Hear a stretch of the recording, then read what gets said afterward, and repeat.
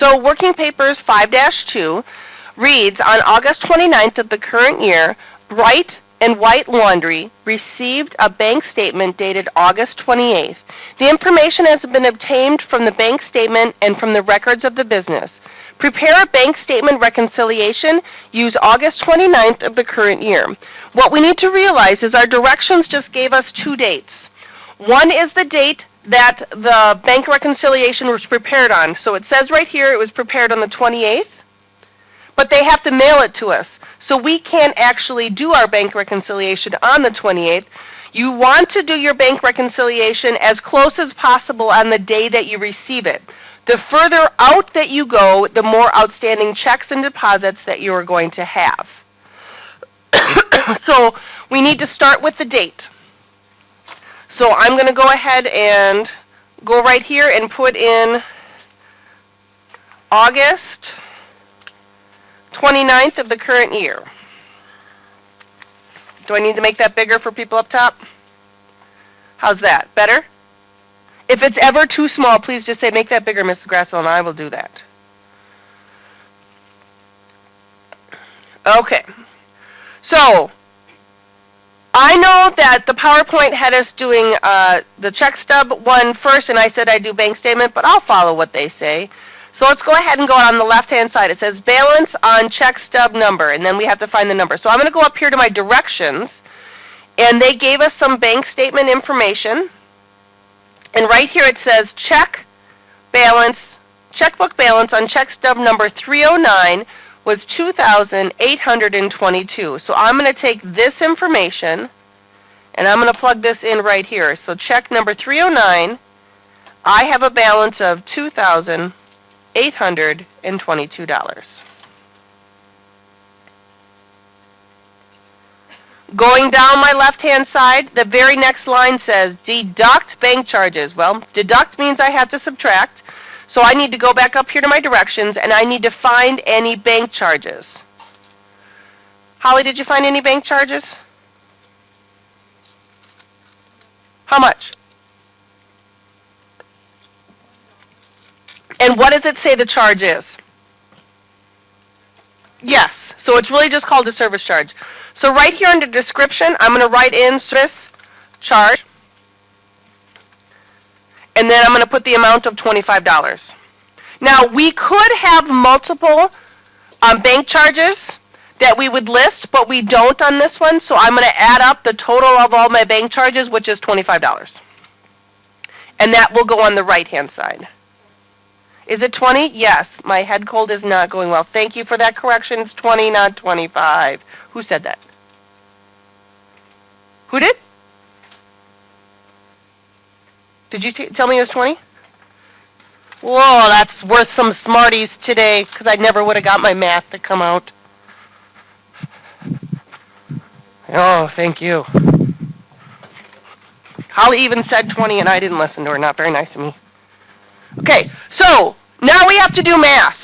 We're going to take that 20, not 25, and we're going to subtract that from $2,822. I hope you can do that without calculator. Can we do that without a calculator? Oh my goodness. Math teachers are going to be disappointed. $2,802. Okay, left side done. Woo! Like that. Left side's the easy one. Right side takes a little bit more work. But all we do is we read the words and look for it in our directions. The very first one says balance on bank statement. Well, if I look in the directions right here, it says bank statement balance. Same words, different order. And it says my balance on bank statement is $2,712. I think I got that number right. After that, it says add outstanding deposits. Do we have any outstanding deposits, Tanner? How many? On what date? Yeah, so I'm going to do 8/28. And it is for how much, Tanner? $300. Now, Tanner, do we add or subtract our outstanding deposits? How did you know that? Yeah, and it says what word? Add. So I'm going to add our total outstanding deposits, which is $300, because we may have more than one outstanding deposit. So my total of all of my outstanding deposits is $300. Now I need to add $300 to $2,712. I really hope you can do that without a calculator as well. Because when I do it without my calculator, I get $3,012. Do we agree? Did I do an okay job? Now, we get to outstanding checks.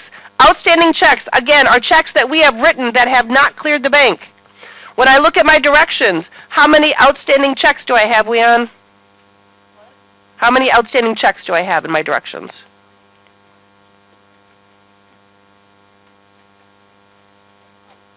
2, yes.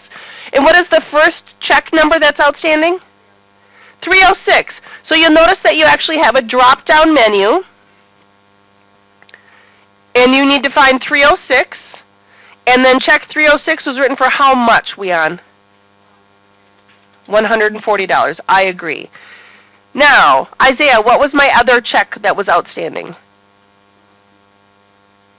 Check number. Yes. For how much, Isaiah? $70. So I need to add those two outstanding checks together. So I'm going to add $140 and $70. And if I add that up, what do I get, Devin? Very good. I agree with your math. Now, Devin, what do I do with that $210? Do I add or subtract? How do you know that? Yes. I like that it really tells me mathematically what to do. So in my handy-dandy little calculator, I'm going to put 3,012, and I'm going to subtract 210, and that gives me $2,802. Does that number sound familiar, Jacob? Where did you see that number? We do our happy accounting dance, whoop whoop, because my two numbers equal. Yay! If they don't equal, this is where you stop and you find and you figure it out. You don't keep going on. This is like where you know the answer key. That's the whole point. We need these two numbers to equal. Yay. That was learning objective number 1, going through and preparing a bank balance or a bank reconciliation.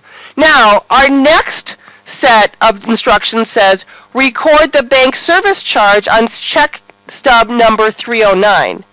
So now when I go down on my check stub 309, we have to bring in our balance. Right here my directions say checkbook balance stub number 309 is $2,802. I said the number wrong. No, I'm typing in the wrong spot. $2,822. So I have to type that number in my bank check stub. I do not have any deposit to record. So I'm going to go ahead and put in my subtotal $2,822. Now I need to record my service charge.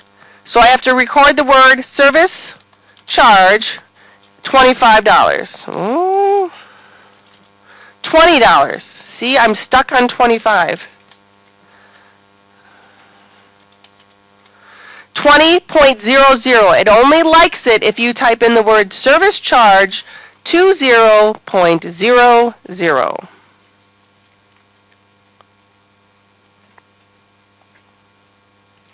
Do we have any other bank charges that appeared on our bank statement? No, because Holly said that was it, just 20 bucks. So I'm going to go ahead and put 20 over in my column where I'm doing math on my check stub. And I need to subtract my service charge. So I'm going to go ahead and have a new balance on my check stub of $2,802. Does that number seem familiar, Jacob? Where did we see it before? Yeah, so it's right here on my bank reconciliation on 2 spots. We need to make sure our check stub equals that as well. It's like a triple balance. I like that accounting lets you know if you are doing things right, way to check it. Now the last thing we have to do when we scroll way down is to record our service charge on page 16 of our journal using Memorandum 77 as our source document. So we can see that we're on page 16 in our journal. We have to put in the date, and it's August what? 28th or the 29th? 29th, because that's the date that we did our bank statement, okay? So we're going to do August 29th. Our account title is miscellaneous expense.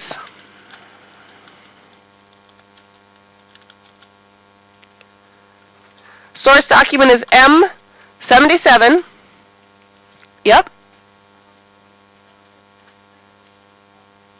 No, because we did not write out a check. Check number 309 is still available for us to make any payment. So all we do when we need to record the service charge is just do the bottom portion. So you will notice where it says amount of this check is still empty, because the bank doesn't require us to write a check out for the $20. They're just taking it out automatically. Great question. Thank you. So I have my source document of M77. I'm going to general debit 20. I'm not going to type in 25. And then I'm going to do a cash credit of 20.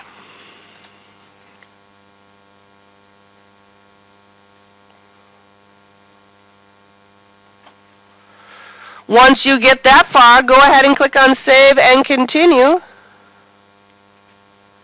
It didn't check it for us. I must have done something wrong in setting it up.